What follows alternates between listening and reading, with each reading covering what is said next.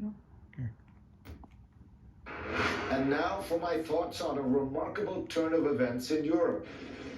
The de facto leader of Europe was once Angela Merkel, Germany's centrist chancellor from 2005 to 2021. Merkel welcomed refugees, pursued economic integration with Russia and China, and insisted on balanced budgets. Today, another very different woman appears to be leading the way for Europe. Right-wing Italian Prime Minister Giorgia Meloni. Meloni recently demonstrated her growing clout when she helped convince Hungarian Prime Minister Viktor Orban to stop blocking an EU aid package for Ukraine. The far-right Orban, who has a close relationship with Putin, feels the EU treats Hungary unfairly. Meloni used to be very anti-EU as well, but has come to embrace it. And according to the New York Times, she persuaded Orban that it would be better for him to work with the European Union than against it. She pointed to her own success in securing billions from the EU and much-needed funds for Italy. Back in 2022, when Meloni came to power, some actually saw her as an Italian version of Orban, or perhaps an Italian Donald Trump.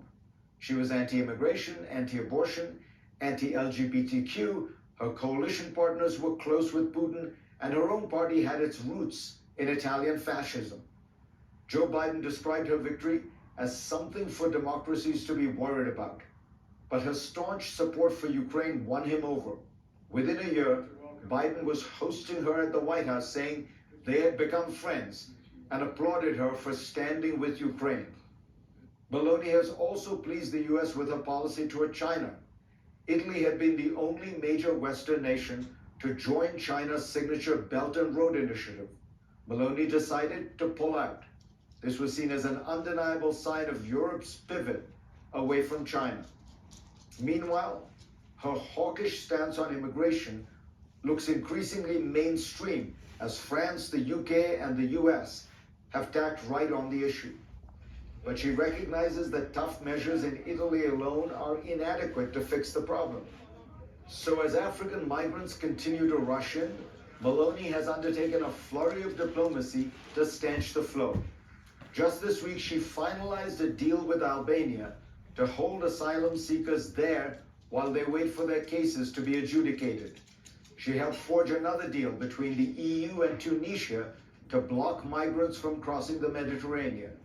She also launched an Italian initiative to invest in African countries, aimed at improving conditions and thus discouraging people from leaving there for Europe in the first place. In economic policy, Meloni's approach reflects the growing consensus of turning away from fiscal restraint and free market reforms. She has embraced bigger deficits with higher spending and tax cuts for workers. She's tried to go after big business with price controls on airfares and an extra tax on banks. Meloni has not succeeded in all her priorities. For instance, the deal with Tunisia collapsed, and illegal immigration to Italy actually rose last year. And she is out of step with the West on some things, like targeting the rights of same-sex couples. A constitutional reform she has proposed also bears mentioning. Its purported aim is to shore up Italy's notoriously unstable democracy, but it goes too far.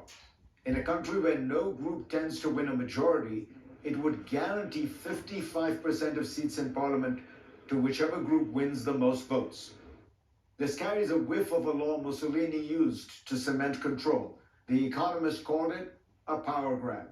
Still, Meloni remains pretty popular in Italy. In fact, she has the highest approval ratings of any G7 leader.